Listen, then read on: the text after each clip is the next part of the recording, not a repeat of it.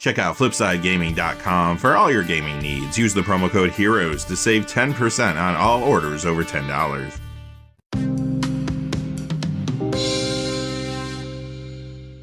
Hey there, this is John from Heroes and Legends, and welcome to this special edition of the Magic the Gathering Market Watch.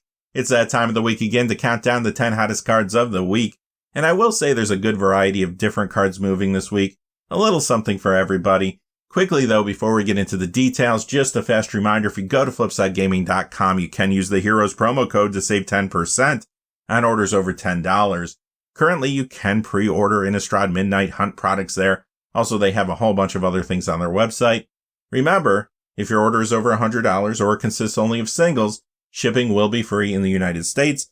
Also, whenever you use the promo code, it does support the channel, which is always appreciated. So thank you. And without any further ado, let's get into it. Number 10 is Prismari Command. This goes up $1.49 to $7.57. That is a 25% increase. This is a good time to tell you how we compile our top 10 every week. We look at two major pieces of criteria. The first is a percentage increase in the price of the cards. And secondly, we're going to look at a true increase in sales. So if you're expecting a card to be here and it is not, then it fell short in one or both of those categories. With that out of the way, let's talk about Prismari Command. This is a very good standard card right now. It's in Jeskai Tempo, Prismari Midrange, and more. Could certainly see even more play after rotation. In Pioneer, you'll find this in Jeskai Control. Modern, it's in Crashing Footfalls and 4-color Control, as well as other decks there.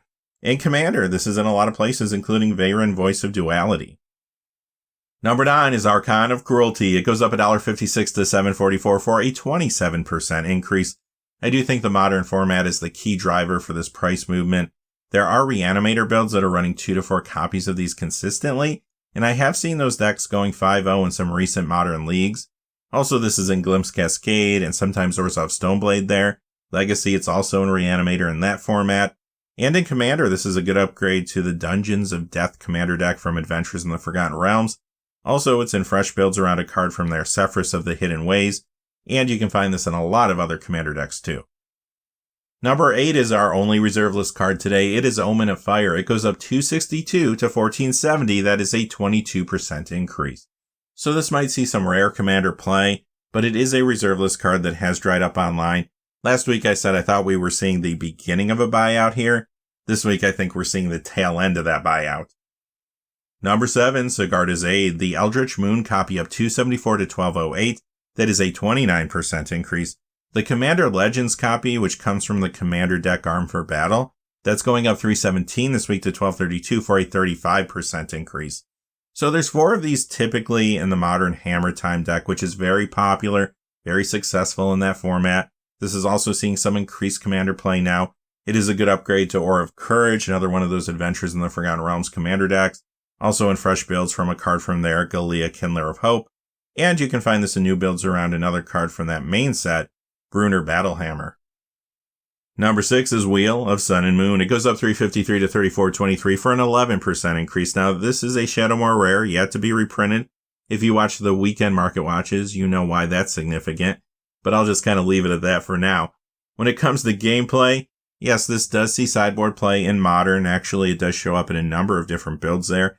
And it could be jumping this week, seeing a little more play because of that Modern Reanimator deck I mentioned earlier. This is a good option against something like that. This is especially good in Enchantress since it is an enchantment, and it also gets some Commander play as well. Number 5 is Sarkhan Unbroken from Dragons of Tarkir. This goes up $3.99 to $19.99. That is a 25% increase.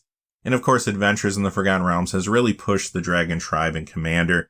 This is in those dragon builds, including the Ur-Dragon and Tiamat. Number 4 is Nature's Will. This goes up $4.82 this week to $36.04. That is a 15% increase. Now, this is a popular Commander card in Najeela the Blade Blossom and some other builds. The YouTube channel Playing with Power did a patron CEDH tournament this week, and 2 of the top 4 decks were Najeela decks. That could have brought some more attention to this card for sure. But a word of warning. We did find out yesterday that there's going to be a return to Kamigawa soon. There's a set coming out called Kamigawa Neon Dynasty.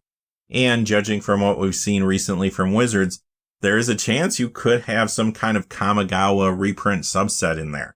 And if that's the case, maybe this finally gets a reprint.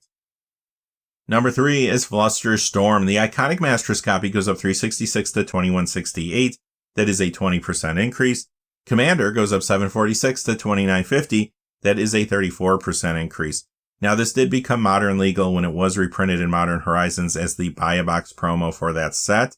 It does see a good amount of sideboard play in this new modern meta. This also continues to get a lot of legacy and vintage play. Plus, don't forget about Commander. It sees a lot of play there, and I do think that format could be pushing the card quite a bit this week. The reason I say that falls back again to that Playing with Power Patron C EDH tournament. If you look at the top 10 cards that were played most frequently in that tournament, and exclude the artifacts and lands, guess what? This made the list. Number 2 is another card from the original Kamigawa block, so be careful, but this is Oboro Palace in the Clouds. It's up 869 this week to 8949. That is an 11% increase. In Modern, you'll see this in mill decks now, and I think that's the main reason it has been hot recently. It's also in Merfolk there, and it does see some Commander play too. And number 1 is Norwood Priestess. It goes up 2884 to 148.99 this week for a 24% increase. Now, this does get a little Commander play, but the reason it's been so expensive and continues to go up is because it's yet to be reprinted, and it is getting harder and harder to find online in good condition. Now, with that being said, this card has been losing value recently, slowly declining at times, but I do think this is somewhat of a price adjustment going back up to where it was not too long ago. That could be the result of some people seeing the card value go down and decided this is the time to pull the trigger, or it could have been a targeted buyout. I guess time will tell. That does it for this week's top 10, but remember to join us for this weekend's episode of the Magic the Gathering Market Watch, where we deep dive into everything that's happening in the secondary market. Until then, hey, stay safe out there. Thanks for watching. Please remember to like and subscribe, and have a great day. Hey, thanks for watching. This video is made possible through the generous support of viewers like you on Patreon.